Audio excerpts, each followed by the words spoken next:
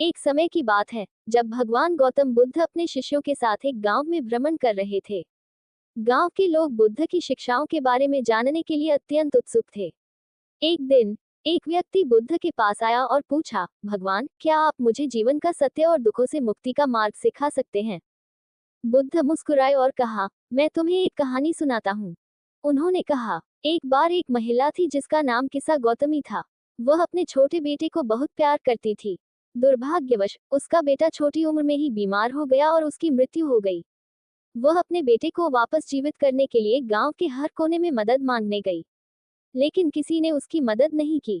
आखिरकार वह मेरे पास आए और कहा, भगवान, कृपया मेरे बेटे को जीवित कर दीजिए।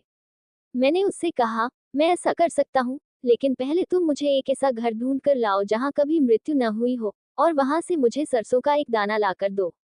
किस्सा गौतमी तुरंत गांव में निकल पड़ी और हर घर में जाकर पूछने लगी, लेकिन हर जगह उसे यही उत्तर मिला कि उनके घर में किसी न किसी की मृत्यु हो चुकी है।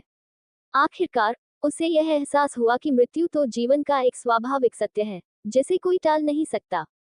बुद्ध ने उस व्यक्ति से कहा, इस कहानी का अर्थ यही है कि दुख और मृत्यु हर किसी के जीवन का हिस्सा है, लेकिन इनसे मुक्त होने का मार्ग ये समझने में है कि जीवन क्षणभंगुर है और हमें अपने मन को शांति और समत्व में स्थिर करना चाहिए।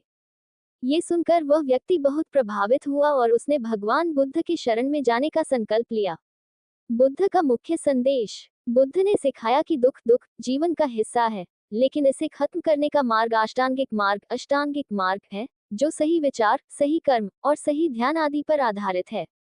जीवन में शांति पाने के लिए हमें अपने लालच, घृणा और मोह को छोड़ना होगा।